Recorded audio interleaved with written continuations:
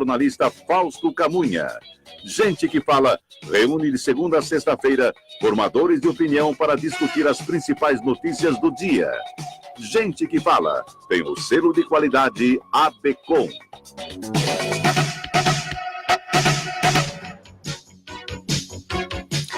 Olá, ouvinte, internauta, boa tarde, bem-vindo ao programa Gente que Fala. Eu sou o Mauro Friesman, nós estamos na Rádio Trianon AM 740 de São Paulo e também na Rádio Universal AM 810 de Santos. Você nos assiste pelas redes sociais, no Instagram, @programa Gente que Fala, e na nossa fanpage, facebook.com/programa Gente que Fala. Visite o nosso blog, gentequefala.com.br, e participe também pelos telefones 3289-3580 e 5052-5555. Eu apresento agora os nossos participantes do programa Gente que Fala de hoje. Aqui à minha esquerda, para você que nos vê pela rede social, a cardiologista a doutora Nicole Queiroz. Seja bem-vinda. Boa tarde, muito obrigada. Também a otorrinolaringologista, a doutora Mônica Alcântara, com a gente. Seja bem-vinda. Tudo bem, obrigada. Aqui à direita, a bioquímica e biofísica Fernanda Ben, do Instituto Fernanda Ben. Seja bem-vinda. Bom dia, obrigada. E ainda o empresário Felipe Ventura, voluntário da ACD e também embaixador do Teleton. Seja bem-vindo a esse programa Gente que Fala, Felipe. Bom dia, é um prazer estar aqui. Bom, vamos lá. Olha, gente, dia 26 de abril, na próxima sexta-feira, celebra-se o Dia Mundial do Combate à Hipertensão. É uma data para lembrar a importância de manter a pressão sanguínea sob controle. Segundo o Ministério da Saúde, 1 em cada 4 brasileiros adultos tem hipertensão. A doença tende a aumentar com a idade e é um dos principais fatores de risco para a ocorrência do acidente vascular cerebral, que é o AVC, infarto, aneurisma arterial e insuficiência cardíaca e renal. Doutora Nicole, este número, 1 para cada 4 brasileiros adultos com hipertensão, ou seja, 25%. Isso. Está dentro do que a OMS espera na comparação com os demais países? Como é que esse número aparece? Na verdade, a gente ainda tem um número elevado e costumamos dizer que costumamos falar em livros de 30%, né? E é um número ainda que eu ainda acho que não é só isso, temos mais, temos muito dificuldade do diagnóstico, porque não é todo mundo que vai em consulta, que faz a prevenção, que afere a pressão de forma correta. Muita gente que não vai em consulta, mas é porque não tem o hábito da prevenção, ou porque a hipertensão não tem sintomas. E aí a pessoa não acontece nada, não tenho nada, então não vou ao médico. Também. Além da pressão não ter sintomas, as pessoas desprezam os fatores de risco associados que elevam ao nível pressórico e acaba deixando para depois. Quem mais sofre de hipertensão, homem ou mulher? Depende. Na verdade, na fase de menopausa, a mulher está desprotegida. Durante a gestação, enquanto ela está no período fértil, ela tem uma proteção pelos hormônios femininos. Mas, realmente, mulheres têm mais risco quando estão fora dessa fase. Doutora Mônica, que relação a gente pode encontrar entre hipertensão e os problemas da sua área, relacionados ao ouvido, nariz e garganta? A gente consegue perceber alguma coisa nessas áreas que podem indicar que há um problema de pressão alta? Sabe que antes de falar, até responder sua pergunta, a Nicole falou para a gente sobre falta de diagnóstico, e foi muito interessante que a gente está agora na campanha da tontura, né? Nós estamos na Semana da Tontura. E foi feito um trabalho perguntando ativamente para as pessoas quem teve ou tem tontura. E a gente encontrou um número assustador de 40% da população estudada. E acontece exatamente isso.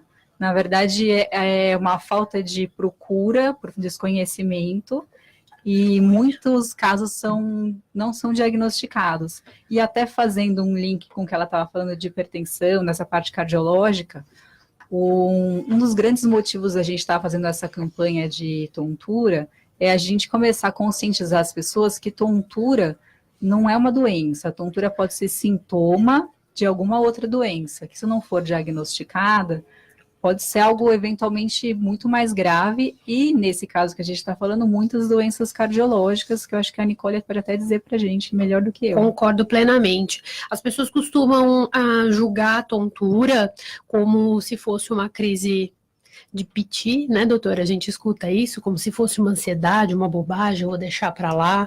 Ou labirintite, que eu acho que a senhora já recebeu muitos colegas nossos mandando, dizendo que o paciente tem labirintite. E muitas vezes bate em mim, porque eu, além de cardio, atendo clínica médica, e eu escuto essa queixa sempre. Eu tive uma tonturinha, mas deixa para lá. Eu costumo trabalhar junto com o otorrino, porque a gente sabe dos fatores importantes daqui do nariz, garganta e ouvido, que pode aumentar a pressão do paciente, sim. Mas a gente vê que não é hábito comum, não. Doutora Mônica, aquele apitinho dentro do ouvido, que às vezes acontece, pode ser sinal de pressão alta? Aquele apitinho pode ser sinal de pressão alta, como pode ser sinal de muitas outras coisas. As pessoas, às vezes, se apegam ao barulho, ao apitinho, e elas esquecem que atrás do apitinho tem toda uma orelha lá dentro que pode estar sendo afetada por outros fatores glicêmicos, cardiológicos e até alguns casos mais raros, mas casos tumorais, que podem levar à perda de audição e ao barulhinho. Fernanda, você é bioquímica, biofísica, como é que esse problema da hipertensão se relaciona com essas duas áreas? Então, o meu foco sempre é tratar o terreno biológico, né? Então, eu identifico quais são os campos interferentes que o paciente tem e, identificando esses campos interferentes, eu uso meios para tirar esses campos interferentes para dar uma condição melhor para o corpo do paciente se reestabelecer, seja um tratamento cardiológico, seja um tratamento do otorrino. Então, por exemplo, ela estava falando do apito. Meu marido, ele ouvia esse apito, ele começou com muita tontura, desmaiando, ele estava com um neurinoma, que era, ele teve um hepatocarcinoma grau 4, que evoluiu para um neurinoma, né, e ele não tinha um tratamento que ele pudesse fazer na medicina convencional. Não o que é um neurinoma?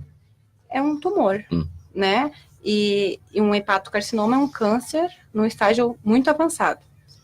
E como nós não tivemos opções de tratamento para ele, a gente teve que tratar o terreno biológico, que é eliminar os campos interferentes e dar condição para o corpo se restabelecer. Porque a opção que ele tinha, como ele já tinha metástase, era um transplante hepático, que ele não quis fazer. Ele tem doutorado em sequenciamento genético tumoral, ele sabia qual era o prognóstico da doença, ele não quis. Então, as opções que a gente teve foi limpar o terreno e trabalhar com outras ferramentas, né? Então, por exemplo, tira toxinas do corpo para melhorar o sistema imunológico, pois essas toxinas competem com os minerais, que o sistema imunológico é dependente. Tira contaminações parasitárias, fúngicas, virais, sobra energia para o sistema imunológico se recuperar. Entende? Tira, por exemplo, glicose, que tem muitos estudos que comparam que tumores usam muito de glicose. Tira o suprimento de glicose do corpo. Sistema dá muito oxigênio para esse sistema, para o corpo. E o corpo dele se recuperou. Mas, sempre, no caso dele, ele não teve o que fazer na medicina tradicional. Mas eu sempre já trabalhei com muitos pacientes, hoje eu só dou aula, não atendo mais, sempre foi nessa integração. Eu deixo o terreno melhor, integrando com cardiologista, com endócrino. Agora não estou mais em Curitiba, mas eu tinha uma clínica médica em Curitiba que tinha várias especialidades e profissionais trabalhando nessa clínica, e sempre foi um trabalho integrado. Melhora a condição do corpo, para a nutricionista ter uma ação melhor no trabalho dela, para a geriatra ter um resultado melhor no trabalho dela. O corpo responde melhor aos estímulos.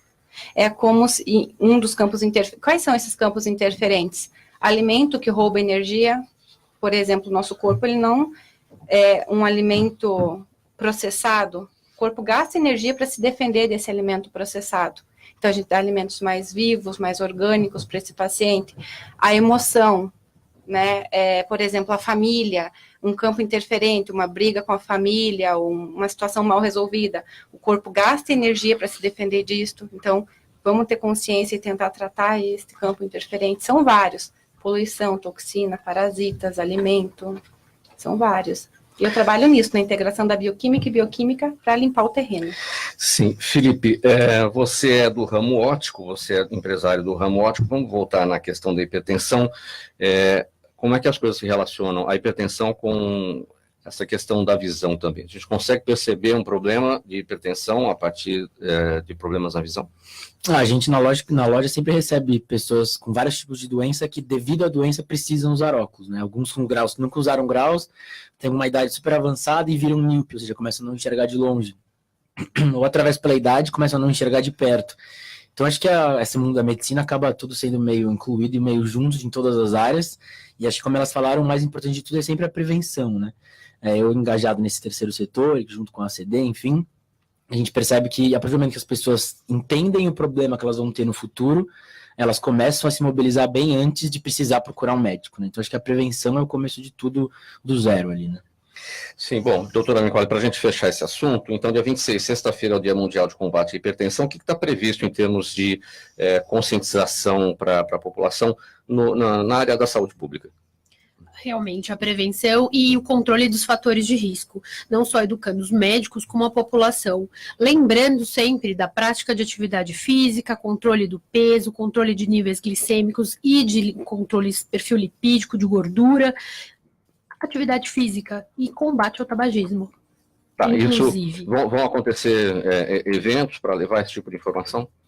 Na verdade, isso acontece, tem que acontecer também todos os dias. Mas, assim, é um dia especial para chamar a atenção. Sim, a Sociedade Brasileira de Cardiologia faz abordagem desse tema e vai ter múltiplos eventos a respeito. A Associação de Otorrinolaringologia e Cirurgia Cérvico-Facial vem promovendo uma campanha com o slogan "Tontura é coisa séria", alertando a população de que esse sintoma precisa ser corretamente investigado. Segundo especialistas, a tontura não deve ser subestimada, pois pode ser sinal de doenças cardiovasculares, neurológicas, nutricionais, metabólicas, tumorais e até de AVC, o acidente vascular cerebral. Bom, doutora Mônica, você já estava falando disso no nosso assunto anterior. Existem tonturas e tonturas. Como é que a gente pode definir o que é mais grave e o que é uma coisa simples e que a gente pode se despreocupar? Pois é, eu acho que essa é a pergunta que todo mundo tem e eu acho que essa foi a brilhante ideia do slogan desse ano. Então, essa campanha da Semana da Tontura é uma campanha que começou no ano passado, mais forte pela sociedade, e no ano passado o slogan era o "Pare de falar labirintite", como a minha colega já pontuou aqui, é uma coisa errônea. As pessoas que têm uma tontura uma vez na vida, elas se colocam como "eu tenho labirintite", como se fosse uma coisa normal, ela ter uma doença que ela vai tomar um remedinho a vida inteira e ela não procura a causa da tontura. E esse ano, a abordagem foi do "tontura é coisa séria". Quando nós fizemos a abordagem no ano passado, a gente fez uma abordagem mais voltada para a população, mesmo para conscientizar mesmo da importância de não se dizer labirintite, começar a ir atrás da causa da tontura. Muitas pessoas, inclusive quando foi feita o evento na Avenida Paulista, nos procuraram contando histórias pessoais de que tinham sido feito o diagnóstico inicial, às vezes por elas próprias, de labirintite, e com o tempo foram descobertos tumores, AVCs, alterações graves que poderiam ter sido diagnosticadas antes, se elas mesmas tivessem tido essa consciência. E eu acho que até por isso a sociedade se motivou a fazer essa "tontura é coisa séria". Só com a história do "eu tive tontura", eu posso dizer para você que é impossível eu te falar se a tontura é uma coisa séria ou não. Isso realmente vai precisar de uma história bem feita, de você saber exatamente como a história começou, como é o tipo de tontura, quais foram os fatores que foram relacionados, eventualmente de algum exame complementar, mas definitivamente um exame físico bem feito desse paciente para conseguir separar o joio do trigo, como você falou, né? Quando que a gente vai dizer que tontura é uma coisa séria? Eu acho que uma vez tido tontura, ela deve ser pesquisada. Como é que a gente consegue entender a diferença entre um simples mal-estar e uma tontura? Porque às vezes um mal-estar geral, ele traz vários sintomas. A pessoa fala, nossa, deu uma tontura aqui. Às vezes não é isso, né? Como é que a gente consegue separar as coisas? Eu acho que é diferente o mal-estar geral de, eu não comi uma coisa muito bem, tô meio enjoado, tô me sentindo meio mal, ou então tô com uma gripe e deu aquela queda de estado geral e eu tô me sentindo meio mal. A tontura, quando a gente define tontura, ela realmente é uma sensação de movimento que não existe. Seria uma sensação errônea de movimento. Então, eu tô parada e eu sinto que as coisas estão mexendo. O clássico da labirintite, que até colocando parênteses, a labirintite mesmo é uma doença muito rara, como tontura mesmo. A labirintite mesmo seria uma infecção do labirinto. É uma coisa rara de acontecer. Então, a labirintite mesmo seria uma tontura normalmente rotatória, extrema. Então, não seria essa tonturinha que você está me falando, eu me senti um pouco mal, sabe? Passou, né? Fugaz. Exatamente, que passou, foi uma coisa fugaz. Ela realmente é uma tontura importante, uma tontura de uma labirintite. Uma tontura de um AVC, normalmente é uma tontura mais forte também, porque é uma coisa abrupta, vascular. A Nicole pode até falar um pouco mais sobre isso. Também. Mas existem tonturas, por exemplo, tonturas de causas metabólicas, como a gente estava conversando agora mesmo, que são mesmo um desbalanço do organismo, que começa a se manifestar com uma queixa de tontura, e, na verdade, se não for atrás, você nunca vai curar essa tontura, você não vai tirar a causa, e é um pouco do que a gente estava conversando aqui também um pouco antes, né, de ir atrás de quais são as alterações metabólicas, às vezes açúcar está muito envolvido, outras alterações que poderiam causar essa tonturinha. Afeta muito os brasileiros a tontura? Então, como eu disse, a tontura nesse trabalho que levantaram estava presente em 40% da população. É realmente um número muito... Quase a metade, né? Quase a metade. Eles dizem que em queixa de pronto-socorro, chega a 1/5 das queixas de pronto-socorro a queixa de tontura. Claro que dentro de outras doenças, mas que 1/5 dos pacientes que chegam no pronto-socorro teriam a queixa, estou com tontura. É muita coisa. Agora, doutora Nicole, uma tontura que seria um sintoma de um AVC ou de um infarto é uma coisa diferente. Bem pronunciado, é bem marcado, tá? Então, assim, eu sinto dores cervicais, que às vezes eu recebo do paciente, eu tenho muita dor na nuca, vou ver minha pressão, tá 16, o normal, habitualmente quando eu verifico, ela tá 13. Gente, a dor de uma elevação de pressão é uma dor lancinante, porque é sinal de que alguma coisa do sistema nervoso central não vai bem em vista do alto fluxo da pressão. Então, uma dor importante, turvação visual, aumento de pressão, mais 180 na sistólica ou 110, 112 na diastólica. É um quadro bem marcante que nós, quando vamos fazer o exame físico, e oftalmológico, inclusive, fundo de olho, os oftalmos também vem, a gente nota alteração. Não é uma coisa, uma dorzinha de cabeça que passa com analgésico simples em casa. Tontura também é sinal, né, Felipe, de problemas oftalmológicos não corrigidos, né? Sim. A gente recebe muitas pessoas na loja falando, nossa, tô com tontura aqui, será que eu preciso de óculos? A gente sempre indica, óbvio, no oftalmologista, porque a pressão acaba alterando a visão, o nervo óptico, isso influencia a má visão. Às vezes gravidez, outras, a pessoa está usando droga, sei lá, a pessoa fica com a visão realmente alterada. Então, às vezes, como a doutora falou, a tontura não necessariamente seria só um óculos, então é bom para um oftalmologista, um otorrino ou um cardiologista, claro. E na sua área da biofísica e da bioquímica, Fernanda? Na área eu vejo essas tonturas, eu não tenho tanta experiência cardiológica, né, mas o que eu percebi muito em desequilíbrios metabólicos, quando a pessoa passa por um estresse e apresenta uma tontura, quase um desmaio, né? Então, isso, geralmente, o que eu percebia eram alterações nos níveis de cortisol desses pacientes, que quando esse paciente está com um nível de cortisol muito baixo, tem um estresse, cai ainda mais, e esse paciente começa a ter esse sintoma, né? Mas eu acho que qualquer sintoma é o corpo falando, tem algo errado, então aproveite esta oportunidade para chegar à causa do seu problema, né? Então, dor é um sintoma, tontura é um sintoma, né? Então, procurar algum especialista, o ideal seria um bom clínico geral que tivesse essa visão integrada, que ele direcionasse esse paciente, né? Doutora Mônica, para a gente fechar esse tópico, então, quem tem tontura, o primeiro profissional a ser pensado é o otorrino mesmo. Normalmente, como a maioria das tonturas é periférica, a gente chama de periférica, né, de causa periférica, normalmente a gente indica que o primeiro especialista seja um otorrino. Muitas vezes a gente faz um diagnóstico e a maioria das vezes a gente acompanha integrado com outros profissionais as causas de tontura.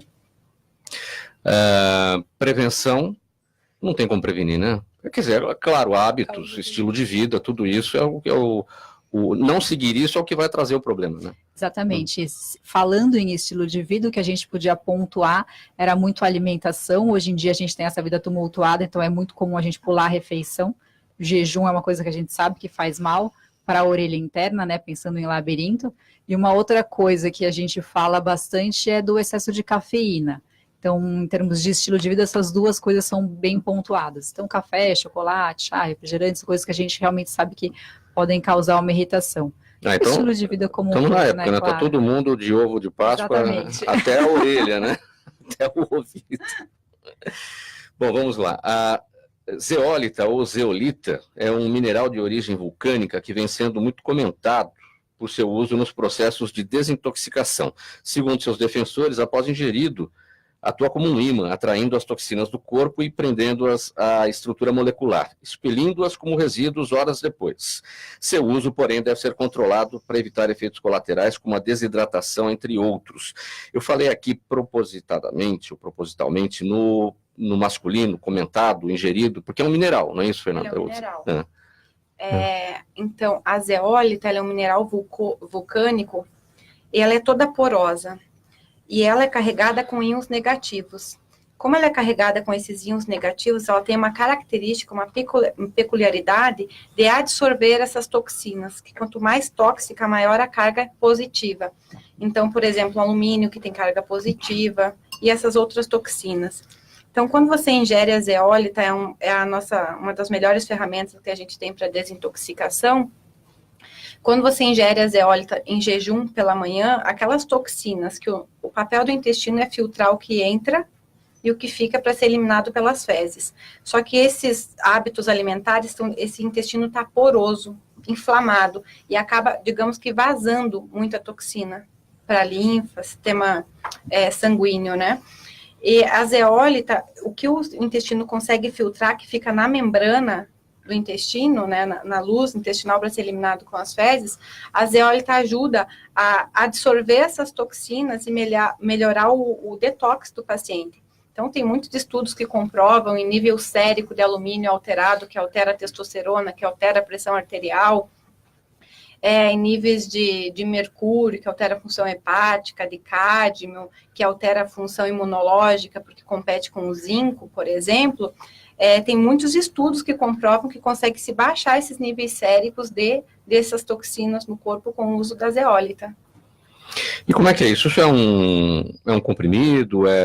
Como é que se ingere isso? É um pó a granel, que você pega uma colherzinha, 2,5 gramas em média, né? Como ela é 100% natural, também uma alteraçãozinha da dose não tem problema, mas vem um medidor, uma colherzinha, 2,5 gramas, mistura na água e toma em jejum de manhã. Pode-se tomar qualquer horário do dia, mas sempre é indicado tomar pela manhã, porque pela manhã é uma quantidade maior de toxinas na membrana do sistema gastrointestinal. Indicação médica para ingerir esse mineral? Tem muitos, ela é usada há muitos anos. Porque qualquer pessoa pode ingerir? Qualquer pessoa, não tem uma contraindicação da zeólita. Tem uma contraindicação você ingerir uma quantidade elevada dela, né? Que como ela tem essa capacidade de absorver, ela pode também absorver a água. Então, quando você usa... Por isso está dito aqui, um dos efeitos colaterais é a desidratação. Isso se você tomar uma quantidade muito, muito elevada, né? Tipo, colheres de zeólita, mas não essa dose indicada, que é uma quantidade bem pequena. É diurético. Ele não é um diurético. As pessoas relatam que elas desincham, porque desinflama. Porque como a zeólita ela começa a atrair essas toxinas, você descongestiona o fígado e, consequentemente, o rim. Então, o seu sistema hepático começa a melhorar, o sistema renal começa a melhorar, e sim, você desinflama, você desincha. Mas não que ela tenha o efeito diurético. É só como consequência. Agora, você falou instantes atrás no programa sobre o problema de saúde do seu marido, Sim. de câncer. Você tratou o seu marido com zeólita? Então, o processo do meu marido ocorreu faz uns 2 anos atrás, e na época não foi a zeólita, eu descobri a zeólita depois. Mas, por exemplo, em uma pesquisa, 80% dos cães de diversos tipos de cânceres se curaram 100% de todos os tipos de cânceres que eles tinham com a zeólita. Isso é estudo científico, comprovação. Durante o processo oncológico do meu marido, eu procurei, só que a zeólita ela não tinha no Brasil, tinha uma zeólita na Alemanha, e ano passado eu encontrei uma pessoa que tinha essa zeólita aqui no Brasil, que é um paciente que usou a zeólita após um tratamento oncológico de 20 anos atrás, para neutralizar a radiação, porque essa pessoa fez um tratamento convencional com quimioterapia, radioterapia, há 20 anos atrás, e ela perdeu a audição de um ouvido, também até hoje ela ouve um zumbido, né, tem esse efeito colateral, que não conseguiu reverter, e como essa pessoa, ele é um suíço, né, morou na Alemanha tinha a zeólita, ele descobriu a zeólita para neutralizar os efeitos colaterais da radiação, do excesso de radioterapia que ele havia feito, porque a zeólita, ela foi usada em Chernobyl, Nagasaki, para neutralizar o excesso da radiação das pessoas que se contaminaram. Então, a zeólita, ela vem sendo muito estudada há muitos anos, só que não aqui no Brasil, na Europa, Alemanha, né, e então eu já tinha ficado sabendo, descobri essa pessoa e fui atrás, e desde então que a gente faz uso, eu, meus familiares, meu marido. Existe um caso oncológico de uma pessoa que foi morrer em casa, uma senhora que não tinha mais o que fazer pelo tratamento, ela não tinha condição financeira nenhuma, só foi com uma zeólita, e ela está viva faz quase 1 ano, só com a zeólita. Então tem depoimento dessa pessoa, né? Então, assim, meu marido não fez esse tratamento, ele não foi com a zeólita, ele se curou antes de começar a tomar, mas foi por ele que eu fui buscar, entendeu? Dadas as vantagens todas que você relatou a respeito da zeólita, por que não existem pesquisas no Brasil a respeito dela? Existem, né, inclusive... Falou que só na Europa, em alguns países da Europa? Então, assim, na verdade, tem muitos artigos, por exemplo, se você coloca zeólita e câncer no Google acadêmico, você vê 34 mil estudos, né, e não é pouco. Então, tem muitos estudos relacionando zeólita, metais e oncologia, né, fora do país, mas tem aquela história, né, que a zeólita é um mineral, o tratamento para 40 dias custa nem R$50, então não existe um tamanho interesse, né, não tem como patentear, porque veio da natureza, então tem uma história aí, né, não é tão falado da zeólita. Eu e 2 pessoas, a gente está bancando estudos, né, particulares aqui no Brasil, para comprovar que ela não tem efeito colateral e que ela sim retira metais tóxicos. Isso está ocorrendo na Anvisa, né? Sim, estudos paralelos e com universidade.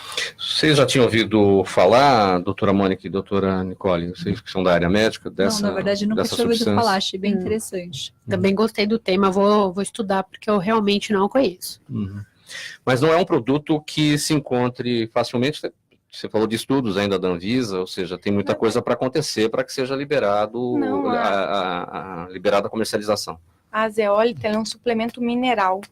Então, ela é liberada, como ela é natural, ela não tem um risco, não é um produto grau 2. Então, é um suplemento facilmente encontrado, que você pode digitar na internet e importar da Alemanha, de qualquer outro país, né? E agora no Brasil tem a zeólita, assim, há pouco tempo, mas tem.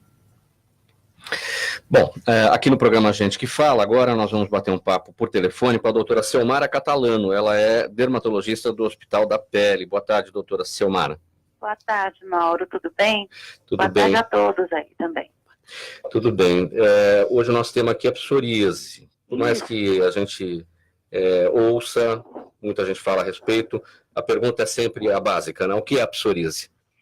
Bom, Mauro, a psoríase é uma doença que se manifesta com umas placas vermelhas na pele, com bastante descamação, podem ser pequenas ou grandes, em número variável, mas que antes se pensava que fosse só uma doença de pele. Hoje a gente sabe que não é só uma doença de pele, ela é uma doença sistêmica, que acaba tendo, inclusive, comprometimentos e uma evolução com fenômenos cardiovasculares, articulares e tudo mais. Então, ela foi mudando ao longo do tempo e é uma doença de caráter imunológico, né? Então, ela pode se manifestar de várias maneiras, mas o quadro cutâneo, sem dúvida, é o mais visível, logicamente, e o mais comum. A consequência dela é cutânea, mas a causa, né, justamente se achava que era uma situação dermatológica, mas não é, de fundo emocional. A história do fundo emocional, assim, não se sabe exatamente por que mecanismo, sabe, Mauro? A gente sabe que existe um componente emocional, que, aliás, é muito compreensível, fica até difícil saber o que veio antes, né? O ovo ou a galinha, né? Tem um monte de lesões que são aparentes, são visíveis, e esse é o grande problema de doenças da pele, porque elas são visíveis, né? Você pode ter uma coisa que ninguém vê, ninguém te pergunta nada, mas se você tiver uma pintinha no nariz, todo mundo vai te perguntar a respeito dela, né? Então, é uma doença inflamatória, ela não é uma doença contagiosa, mas herda-se uma predisposição, né, com componente genético, e a gente sabe que os fenômenos, assim, emocionais podem piorar e podem exacerbar a quantidade, o quadro cutâneo e a quantidade de lesões, né? Por conta desse vai e vem, essa é a maior dificuldade do paciente com psoríase? A dificuldade do paciente de psoríase tem esses altos e baixos, né, da evolução na história da doença. Ela evolui também com surtos, né, ao longo da sua evolução, do tempo, e ela cria muito problema, assim, de relacionamento de trabalho, relacionamento familiar, porque é uma coisa, acaba deixando um rótulo, né, uma pecha nessa pessoa. Pode ser que a pessoa não receba um abraço, porque alguém que não sabe o que pensa que pode pegar, ou alguma coisa assim. Então, o componente emocional, se ele não existia antes, ele passa a existir a partir dessa manifestação cutânea importante que ela tem. Agora, ela tem repercussões, como eu te falei, articulares, existem formas articulares, existem fenômenos cardiovasculares, os riscos de doença cardiovascular nesses pacientes também estão aumentados, e às vezes o próprio tratamento, porque o tratamento, ele pode ser desde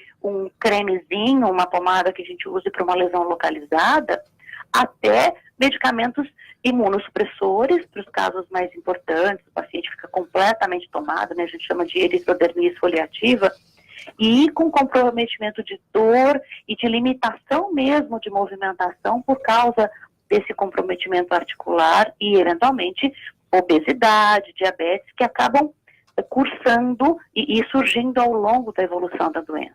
Doutora Silmara, deixa eu colocar a doutora Nicole também na conversa, porque ela é cardiologista, justamente tem muito caso real, estudo novo, boa tarde, Silmara. Boa tarde. Tudo bem, olha, real, gostei muito do que você falou, porque antes até saísse um estudo novo aí, não tem menos de 5 anos, mostrando realmente a correlação de maior risco de evento aterosclerótico, de placa em coronárias e em carótidas, com um evento realmente mais do que a gente imaginava. Então, tem sim uma correlação importante. O paciente que é portador de psoríase, ele não só é da cardiologia ou da dermato, é das duas, tem que ter maior atenção, tem que ter controle com os fatores de risco, exatamente como a doutora falou, tanto da glicemia, quanto o peso, é importante sim, é real esse risco.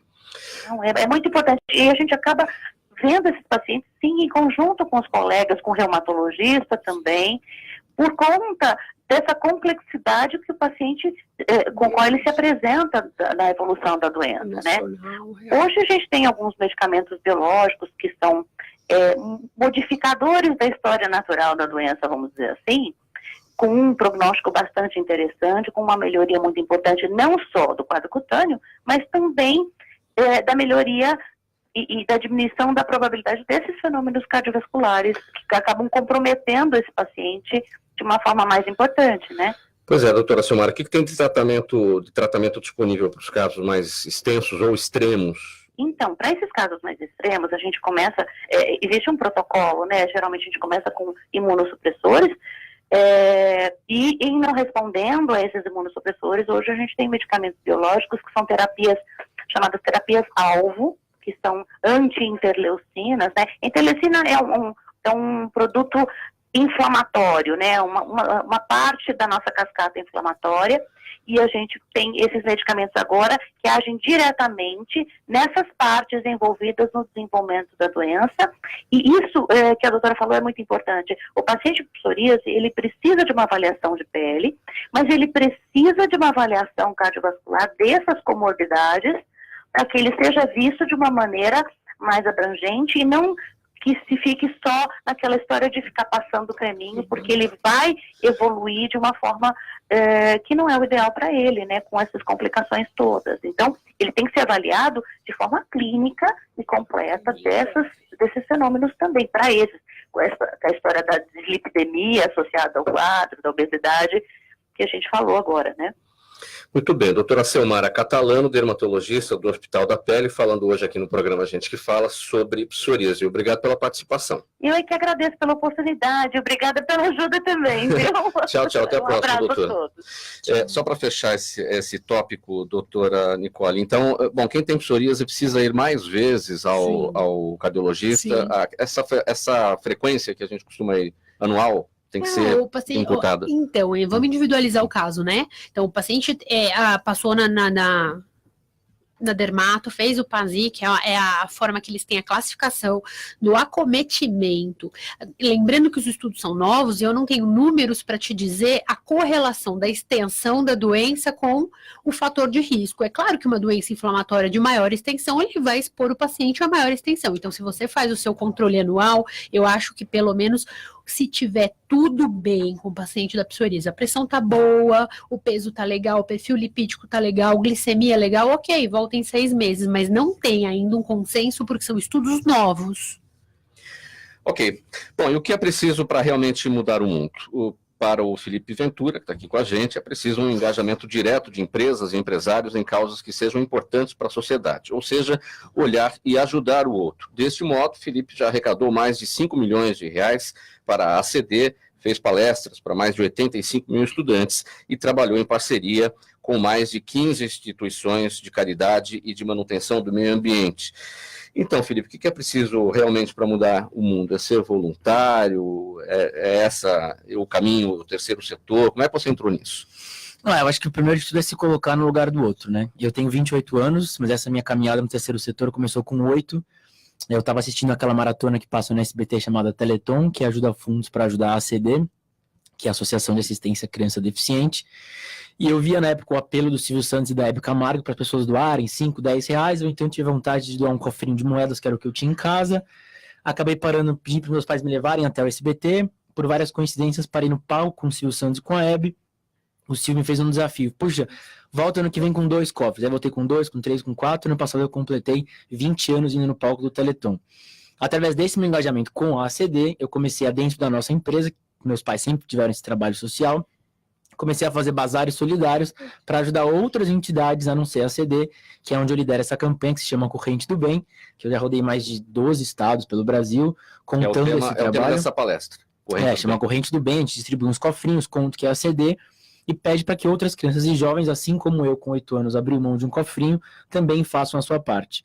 A gente fala que hoje na ACD existem, a maioria dos pacientes são pessoas que se tornaram deficientes, né? Então, antigamente as pessoas nasciam mais deficientes, hoje as pessoas por acidentes de carro, moto, bala perdida, prancha de surf, se tornam pacientes da ACD. Então a gente mostra que se colocando no lugar do outro é que a gente consegue sentir um pouquinho da dor daquelas mães e daqueles pacientes que às vezes passam praticamente a vida inteira dentro dos corredores da ACD, né? Bom, aqui são 85 mil estudantes que já assistiram a sua palestra, Corrente do Bem. Você consegue ter uma ideia de quantos você conseguiu trazer para a causa desses 85 mil? Olha, eu brinco que eu sempre, se eu deixar um Filipinho em cada colégio que eu passo, eu já sei que eu cumpri meu papel. Mas eu acho que eu, como um jovem, acho que eu tenho a obrigação de tentar mostrar para eles como a gente tem uma vida privilegiada, quanto a gente tem demais, e abrindo mão de um cofrinho, uma moedinha que seja, assim, eles perguntam assim, mas um cofrinho vai ajudar a construir um hospital? Eu falo, não, a união de todos os nossos cofres é que faz a diferença. Então essa campanha já arrecadou mais de 5 milhões e meio de reais para ajudar na manutenção e na construção de outros hospitais. E às vezes quando eu saio de colégios, as pessoas, as crianças ou adolescentes falam, puxa, eu sempre quis ajudar, nunca soube como, minha mãe nunca me deu a oportunidade, o colégio nunca trouxe nada. E quando eles se sentem parte de algo maior, de algo sério, né? Porque a gente mostra que a ACD tem 67 anos, nunca teve uma notícia aqui de desvio de dinheiro, de algum diretor, então quando eles têm a credibilidade de acreditar que o dinheiro deles vai ser realmente para quem precisa, e eu dou a minha cara para bater nesses 20 anos de mostrar que faz sim a diferença, acho que isso ajuda com que eu deixe uma sementinha plantada por onde eu passo ali. Essas palestras em escolas públicas e particulares? Públicas e particulares, pequenas e grandes. A gente pede realmente que é só a escola abrir a porta pra gente, que a gente vai. Tem escolas que a gente faz uma palestra só no auditório gigante, tem escolas que a gente vai de sala em sala contando a nossa história, mas o importante acho que as escolas estão nos ouvindo, os diretores, abram as portas para a gente poder falar um pouquinho com esses jovens. Você vai captar essas escolas ou as escolas agora, com esse tempo todo, já vêm atrás de você? É meio metade, assim. Tem escolas que já participam do projeto desde o começo, tem escolas que saem na metade, a gente tem que correr atrás, e outras nos procuram. Mas como eu falei, acho que o selo da ACD nos credibiliza as escolas abrirem as portas, e acho que isso é o que faz a grande diferença para a campanha ser esse sucesso aí. Como é que as escolas fazem para te procurar? Tem a página no Facebook, Felipe Ventura, sou eu que abro e respondo tudo, então quem estiver nos ouvindo pode procurar, ou pelo próprio ACD, no site tem lá o link para procurar a Corrente do Bem. E o mais importante é que tem colegas que falam, mas eu já faço um projeto social, eu não quero mais um, mas acho que eu falo isso, mas eu gosto mais de pessoas de idade, gosto mais de ajudar cachorro de rua, então acho que cada um às vezes se identifica com um projeto, então por isso que as escolas acho que tem que dar essa possibilidade de gama de projetos sérios para os jovens se engajarem. Né? Você está com 28 anos? 28. Você falou que já está nisso há 20 anos. Então, aquele episódio de você chegar no SBT e ficar de cara lá com a Hebe e o Silvio Santos foi com 8 anos de idade. 8 anos, exato. Tanto é que quando a moça falou assim, olha, se eu te colocar no palco, você vai? Meu objetivo era só chegar no banco na época. Eu vou chegar no banco? Ela falou, tem um banco ali no palco. Então, para mim, tanto fazia quem era a Hebe, quem era assim, eu falei, vou chegar no banco, vai. Então, ela me pegou na mão, me coloca, me dá a mão para a Hebe Camargo, que interrompe o Ciro e me joga, eu passo quase reto por aí em direção ao banco. E aí que ele viu uma espontaneidade, uma coisa tão verdadeira, que ele me fez esse desafio de voltar ao longo dos anos. Como é que você avalia essa questão do terceiro setor, que atua justamente nessas áreas onde o poder público é carente, ou porque não consegue, ou porque não tem competência para atuar? Tem muita coisa acontecendo. Como é que você avalia o crescimento disso? De uns tempos para cá, a gente vê que o número de ONGs e de entidades cresceu muito, assim, muito grande. Tem muita gente boa fazendo bem por aí, às vezes a gente ouve só tanta notícia ruim, mas tem muita gente boa fazendo bem em diversos setores. Não adianta a gente querer também cobrar só do poder público ou só das grandes empresas, se a gente, como ser humano, não faz o bem para o próximo no nosso dia a dia, respeitando os mais velhos, as leis, as autoridades, fazendo um pouquinho que seja pelo nosso vizinho, pela comunidade do nosso lado. Acho que isso motiva as pessoas a se engajarem em entidades, tanto é que eu queria até um workshop chamado Oportunidade Profissional no Terceiro Setor. Tem muita gente que acha que para trabalhar no terceiro setor também tem que ser só tudo de graça, então as pessoas acabam tirando salários e conseguem se manter através do terceiro setor, então acho que isso também ajudou nesse aumento das entidades, além das leis de incentivo, de tantos outros benefícios que as pessoas conseguem, como você falou, trabalhar onde o poder público não atua e fazer a diferença de uma maneira até muito melhor pelo know-how de tantos anos, como é o caso da ACD. Né? Felipe, posso colocar uma coisa só para te dar um retorno? Eu não sei se foi você, mas essa palestra foi feita no colégio das minhas filhas, elas levaram o cofrinho para casa. Elas, em especial, elas fazem parte de um grupo escoteiro, então tem todo esse apelo social. Mais de uma vez por ano eles fazem eventos sociais de ajuda, tudo mais. Mas elas levaram o cofrinho e eu falei para elas assim que mais bonito do que elas pedirem o dinheiro, elas fazerem esse dinheiro render. Então, na verdade, elas fizeram bombons, venderam os bombons, e venderam dizendo que o dinheiro arrecadado com os bombons era para a ACD. Então deixaram o cofrinho lá e venderam e falaram que o bombom não tinha preço, que as pessoas dessem o quanto elas achassem que o bombom valia para a ACD. Puxa. E elas rapidamente já encheram mais de um cofrinho e voltaram felizes. Então acho que é um retorno legal para você. E como mãe, eu sempre falo que às vezes tem colégios que a gente vai, que a criança chega na hora da entrega dos cofres, principalmente, a gente leva os pacientes da ACD e tal. E aí tem colégios que chegam a criança assim, ai, Felipe, tô tão triste. Eu falei, por quê? Ai, porque minha mãe disse que não precisava encher esse cofrinho, que às vezes tem mais irmãos, um cofrinho pros 3 dava, mas hoje aqui eu vendo as crianças, vendo você falar, puxa, quando eu posso fazer para ajudar mais? Então, acho que um exemplo de uma mãe, assim como as outras estão nos ouvindo, meus pais, se não fossem meus pais a me levarem até o SBT, se não fosse você a incentivá-las com toda a educação que você dá, acho que isso não seria possível. Então, mais do que a própria ação, como você falou, é a educação desde pequenininho de entender a importância nossa na sociedade, porque não adianta elas estarem um bem individual se a sociedade como um todo está num bem-estar horrível. Né?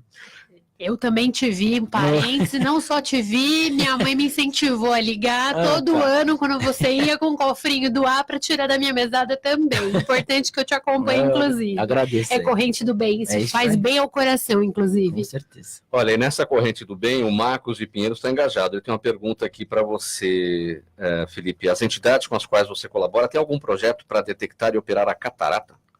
Sabe que especificamente com a catarata não. A gente, através da ótica, ajudou uma entidade de pessoas cegas, que quando eles iam na entrevista de emprego, eles iam com as roupas todas bagunçadas. Aí com camisa de bolinha, com calça xadrez, enfim.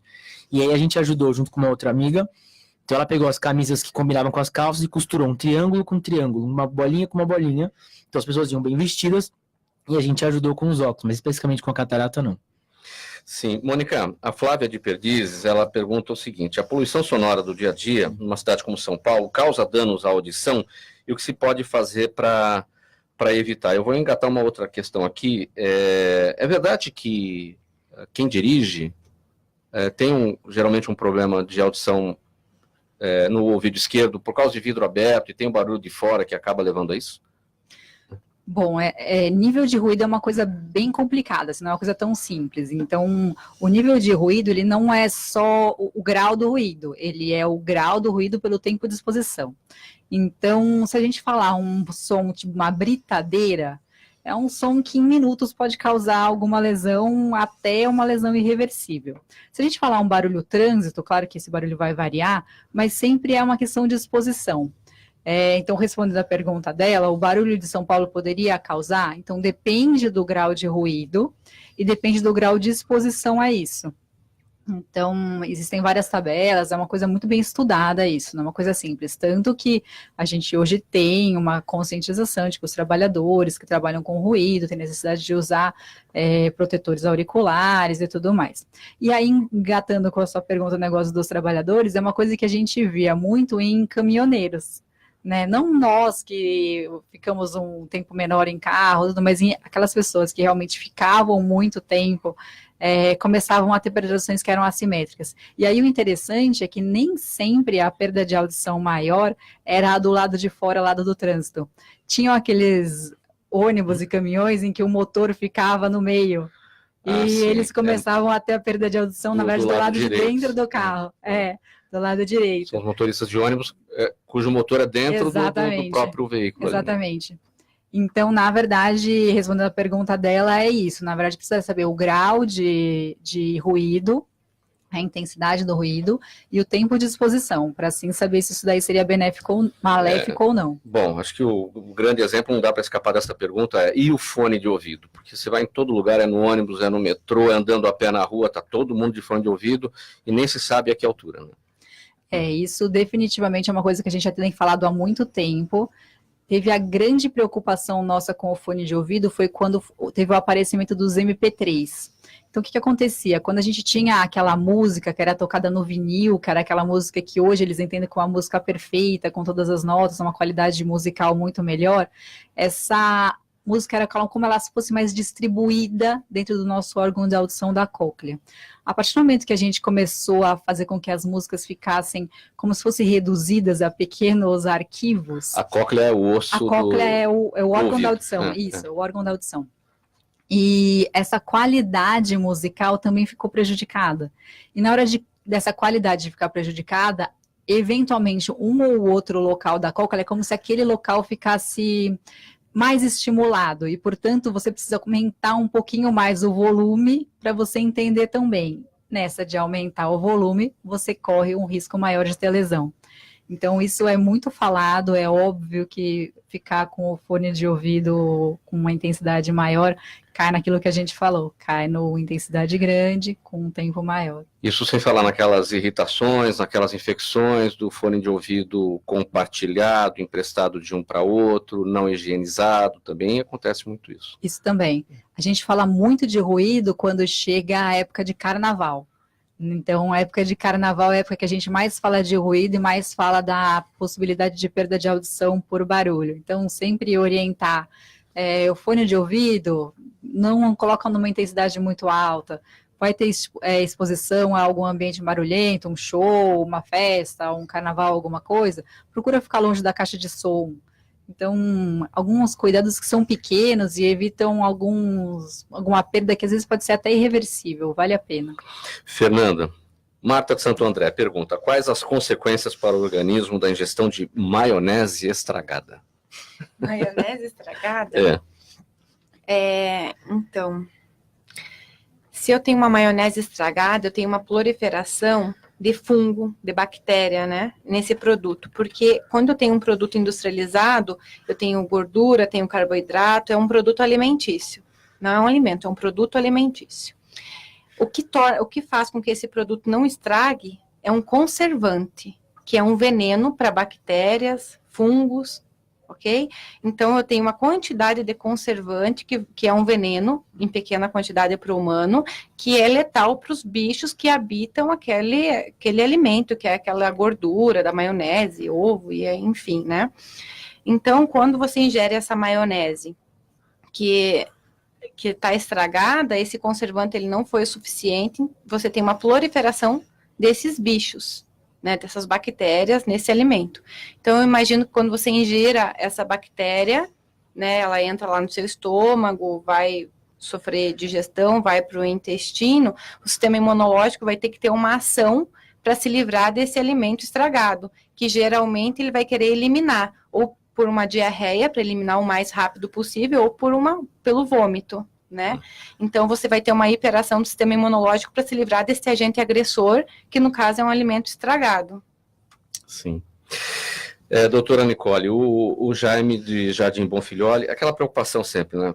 O tema da reposição hormonal. Ele quer saber se pode aumentar o risco de problemas cardiológicos, a reposição hormonal.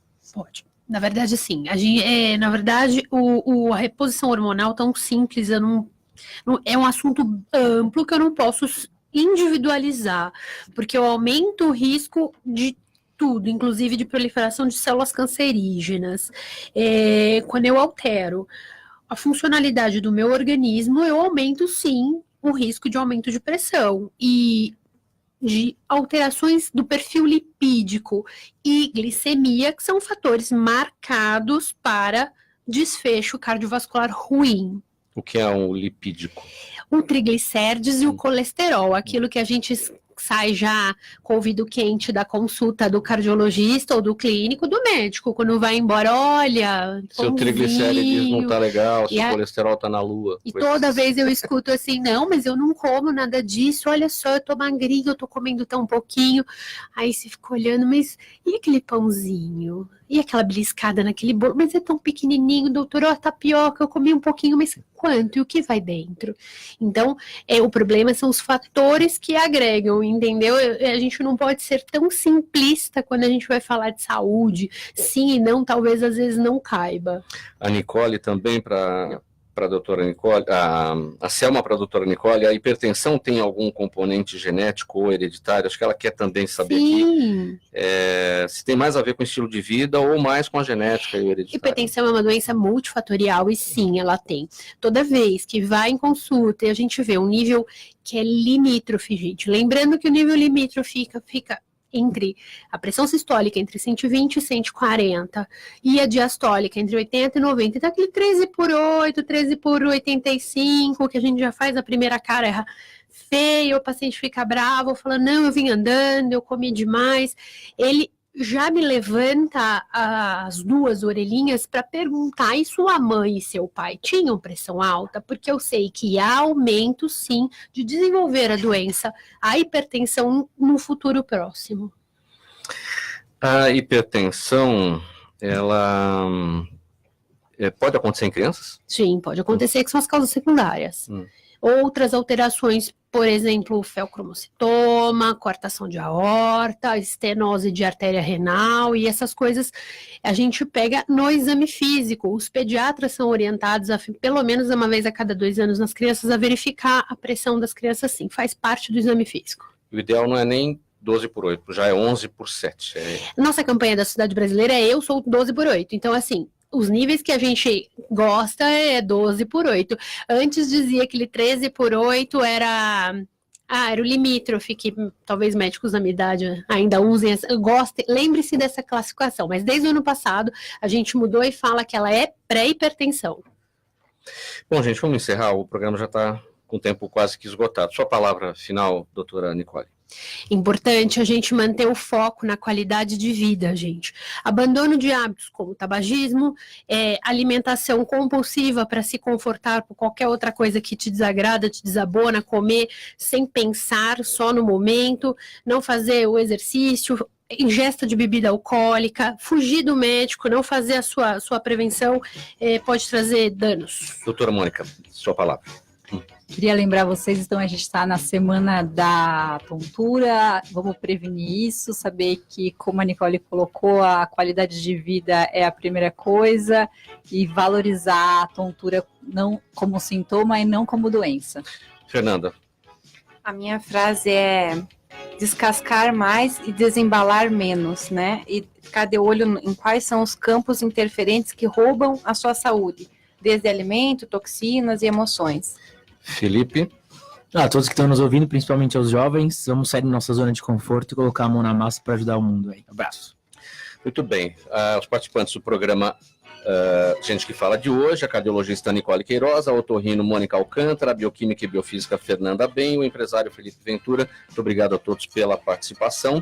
Na mesa de som, o Cléo Rodrigues, apresentação minha, Mauro Frisman, diretora de produção Zenilda Salvato, direção-geral do jornalista Fausto Camunha.